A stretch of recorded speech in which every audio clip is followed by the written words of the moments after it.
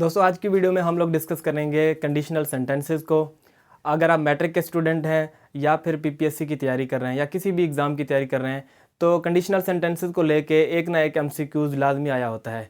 अगर आप इस वीडियो को एंड तक देखते हैं तो इंशाल्लाह आप जो है इसके फुल कंसेप्ट को समझ जाएंगे और इस तरह का कोई भी एमसीक्यूज़ आप जो है उसको ऐसे नहीं जाने देंगे, इंशाल्लाह उसको ठीक करके आएंगे। चलें स्टार्ट करते हैं। कंडीशनल सेंटेंसेस मीन्स के शर्तिया जुमले। इसके जो है दो क्लॉजेज होते हैं, जो है एक को हम कहते हैं इफ़ क्लॉज और दूसरे को कहते हैं मेन क्लॉज। अब जो कंडीशन होती है वो इफ़ क्लॉज के अंदर रखी होती है और उसको जो है मेन क्लॉज के अंदर वो फुलफ़िल हो जाती है। तो इसीलिए हम देखें ना, कॉन्सेप्ट से ही हमें समझ आता है कि कंडीशन हमारी इफ़ क्लॉज के अंदर रखी जाएगी और मेन क्लॉज के अंदर वो फुलफ़िल होगी। ये जो है बेसिकली 4 टाइप के होते हैं, लेकिन ज़्यादातर जो है 3 टाइप के इम्तिहान वगैरह में पूछे जाते हैं एग्ज़ाम में। लेकिन एक ज़ीरो कंडीशन भी होती है जिसको लेकिन हम ज़रूर पढ़ेंगे। यहाँ पे जो है इसको भी समझना ज़रूरी है। अक्सर औकात तो ये तीनों के बारे में ही पूछा जाता है। चलें स्टार्ट करते हैं। ज़ीरो कंडीशन सबसे पहले, उसके बाद फिर टाइप 1 या फिर कंडीशनल टाइप 1 भी कहते हैं, कंडीशन 2 या टाइप 2 भी कहते हैं, या फिर टाइप 3 या कंडीशनल 3 भी कहते हैं इसको। सबसे पहले ज़ीरो कंडीशन। ये जो है यूनिवर्सल ट्रूथ, कोई इस तरह की सच्चाई बताती है जिसमें जो है जो आप कंडीशन जो भी रखेंगे उसका रिज़ल्ट वही आना है, जो एक तयशुदा एक यूनिवर्सल एक हकीकत है। जैसे कि if you heat ice cream it melts, if you heat ice cream it melts, कि अगर आप आइसक्रीम को हीट करेंगे तो वो पिघलना शुरू हो जाता है। तो ये एक यूनिवर्सल ट्रूथ है, इसको हम चेंज नहीं कर सकते। Got it. अच्छा जी, अब बात करते हैं टाइप 1 की।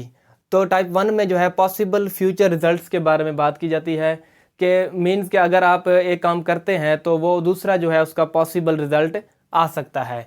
If it rains I will stay at home, अगर बारिश हो जाती है तो मैं घर पे रहूँगा। यानी कि अगर कंडीशन क्या है कि अगर रेन यानी बारिश हो जाती है तो फिर उसका रिज़ल्ट क्या होगा कि मैं घर पे रहूँगा। Got it. तो ये कौन सी कंडीशन हुई? टाइप 1 की।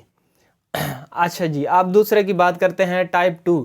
ये इमेजिनरी या फिर पॉसिबल लेकिन लेस पॉसिबिलिटी में फ्यूचर या प्रेजेंट में कोई इस तरह का इवेंट हो सकता है, तो उसके लिए ये यूज़ किए जाते हैं टाइप 2 वाले। जैसे कि for example, if I knew the answer I would surely tell you, अगर मुझे जवाब आता या पता होता तो मैं आपको ज़रूर बता देता।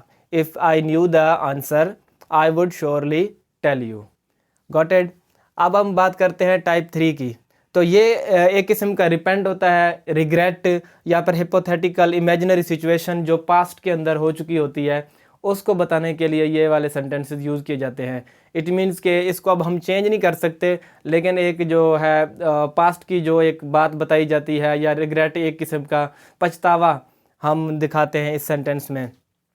जैसे कि for example, if I had worked hard, अगर मैंने मेहनत की होती, आई would have pass the exams, तो मैं एग्ज़ाम पास कर चुका होता। जैसे कि आजकल हमारे सियासतदान कहते हैं कि अगर मैं वज़ीर आज़म होता तो मुल्क के सारे हालात ठीक कर देता, तो वो हम उसको समझ सकते हैं कि टाइप 3 वाला इमेजिनरी कंडीशन बता रहा होता है। गॉटेड। अच्छा जी, अब आप ये सोच रहे होंगे तो मैंने तो फॉर एग्जांपल दे के आपको जो है ऊपर से ये चीज़ें तो बता दी, अब इसका स्ट्रक्चर नहीं बताया, ये चीज़ें हमें कैसे समझ आएंगी? तो घबराने वाली बिल्कुल बात नहीं है। नीचे हम इसी के आइडेंटिफिकेशन को देखेंगे, इसके स्ट्रक्चर को देखेंगे। गॉटेड। चलें, सबसे पहले ज़ीरो कंडीशन। ज़ीरो कंडीशन में आपके इफ़ क्लोज के अंदर प्रेजेंट सिंपल टेंस आएगा और मेन क्लोज के अंदर भी प्रेजेंट सिंपल टेंस आएगा। अगर आप जब भी देखें कि कॉमा से पहले इफ़ क्लोज के अंदर प्रेजेंट सिंपल है और कॉमा के बाद मेन क्लोज के अंदर भी प्रेजेंट सिंपल है, तो आप समझ जाएं वो कौन सा कंडीशन है? Zero condition. Got it. और दूसरी टाइप 1, इसमें क्या होता है कि आपके इफ़ क्लोज के अंदर प्रेजेंट सिंपल आएगी, ठीक है, और जो मेन क्लॉज है इसके अंदर आपका फ्यूचर सिंपल या फिर वुड के साथ वर्ब की फर्स्ट फॉर्म भी आ सकती है। Got it.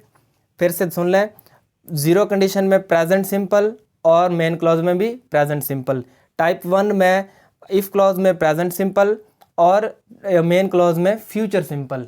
यानी कि वर्ब विल के साथ वर्ब की फर्स्ट फॉर्म या फिर वुड के साथ भी वर्ब की फर्स्ट फॉर्म आ सकती है। Got it. अब आते हैं टाइप 2 पे। टाइप 2 में आप में इफ़ क्लॉज के अंदर आपका पास्ट सिंपल आएगा, ठीक हो गया, और मेन क्लॉज के अंदर वुड, कुड या शुड उसके साथ वर्ब की फर्स्ट फॉर्म आएगी।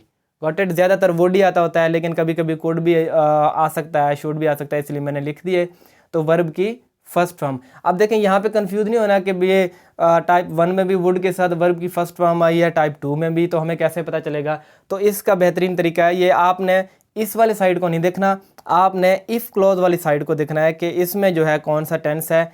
अगर यहाँ पे प्रेजेंट सिंपल है और वहाँ पे वुड 1 है तो इट मीन्स के टाइप 1। अगर यहाँ पे पास्ट सिंपल और वहाँ पे वुड के साथ वर्ब की फर्स्ट फॉर्म है तो टाइप 2। Got it. अब आते हैं टाइप 3 की तरफ।